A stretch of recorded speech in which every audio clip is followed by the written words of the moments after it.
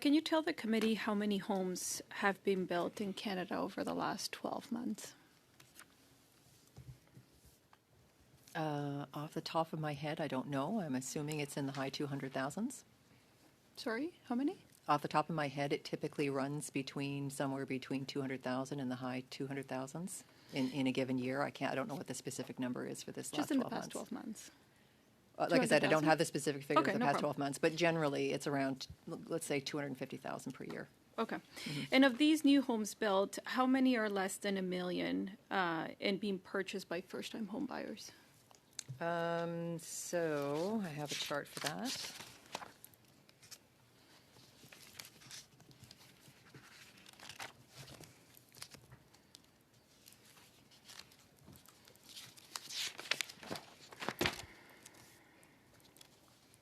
Okay, so we're not looking at the 250,000, just so you know, because a certain portion of housing starts are purpose-built rental units, and those aren't included in the calculation for purposes of this rebate. Okay. But among the ones that are, oh, actually, I don't have the total here. I can get that to you, but the idea is 97% or so are under $1 million, and 3% are between $1 million and $1.5 million. And given that the homes above $1 million are not eligible for the 100% GST rebate, would you agree then that the majority of the first-time home buyers in large urban centers like Toronto, Vancouver, Montreal would actually not benefit from this rebate? No, I don't think that's true. First-time home buyers in Vancouver and Toronto, they might not be buying single-family homes. They're probably buying condos, newly built condos, when they're buying a newly built home. So in general, even first-time home buyers in the more expensive markets are expected to benefit from the rebate. Okay, so has there been a statistically measurable increase in housing starts that can be attributed directly to the GST rebate policy? We don't have figures like that, and the reason is because when you introduce a measure like this amongst many other measures that are being introduced, not just tax measures, but other types of federal measures, and not just at the federal level, but you've also got measures being introduced at the provincial and municipal levels. And then you've got a variety of factors that have nothing to do with the government at all, such as interest rates, economic conditions, the availability of labor, cost of inputs, et cetera. Those all impact housing prices, and of course, in turn, those impact demand. So it's very difficult, if not impossible, to put a precise estimate on the number of new builds that will be created as a result of this one singular measure. However, directionally, we expect it to increase demand for new homes by first-time home buyers, which that increased demand, if those new home buyers are encouraged to buy a new home rather than an older home, for example, that has no GST on it, would be expected to generate a supply response from builders. Mm-hmm. So, on the flip side, has there been any observable reduction in the average home prices or rents since this rebate was introduced? We wouldn't expect a reduction in the price of homes as a result of this rebate, because the rebate is claimed directly by the purchaser of the home. And like I said, the purchaser doesn't even have to disclose that they're a first-time home buyer to the builder.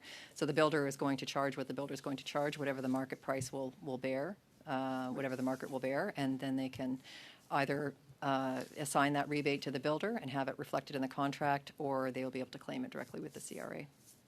Thank you.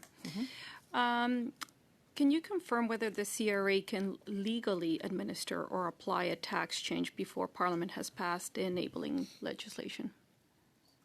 I'd like to defer that to my CRA colleagues. Okay. Thank you, Mr. Chair. Thank you. So as mentioned previously, in the case of a rebate or a refund, the CRA must wait for royal assent of the enabling legislation. And so the CRA is not able to speak to the impact of the measure nor speak to its application since it is still being considered by Parliament. In the case of the digital sales tax, the CRA began collecting the tax before the legislation received royal assent. Can you confirm that the government later had to refund those collections because the law wasn't yet in force? 10-second answer, please. 10 seconds. So refunds require royal assent, and so those have not taken place. No. Can I clarify my question? That's time. Thank you. My next question is for Mr. Moffat. You spoke a little bit about the impact of the GST cut on the housing crisis that we have in Canada currently. So we have learned that this GST cut will only apply to new homes that are less than $1 million, and only for first-time home buyers. How effective do you think this measure is in addressing the housing crisis? Well, I think it certainly helps. Now, the GST only applies to new homes to begin with, so there's nothing to rebate on resale. The $1 million, for most of the country, it works, but it is a problem in the GTA in Southern Ontario and Lower Mainland BC, where a high proportion of new homes are over $1 million. So that portion of it does carve out some homes. I think the biggest issue is that it's only for first-time home buyers, which are about 20% of primary residence purchasers, and it leaves out some very important folks. Like, think of a couple that owns a 1-bedroom condo that would like to upgrade into a 3-bedroom home that's suitable for raising kids. You know, they have been excluded from this. Or seniors who would like to downsize into a new home, which helps not only them, but it frees up a home for the next generation of families. You know, they're not eligible for this. So I do think limiting it to first-time home buyers really diminishes the effectiveness. That's time. Thank Okay, you. thank you. I've got about a minute left. I'd like, Mr. Moffat, if you could clarify, you quickly went through some statistics in response to Mr. McDonald's questions about the state of housing starts. From what you had said in response to his question, sounds like housing starts are in free fall. Could you go through some of those statistics on the collapse of housing starts? Yeah, so housing starts, the CMHC projects to fall by about 4% a year for the next couple of years. So it will be about 30,000 units lower than they were in 2023. It's housing sales, pre-construction sales, that are an absolute free fall. That in the GTA, condo pre-construction sales are down about 90%, and ground-oriented homes sales are down about 70%.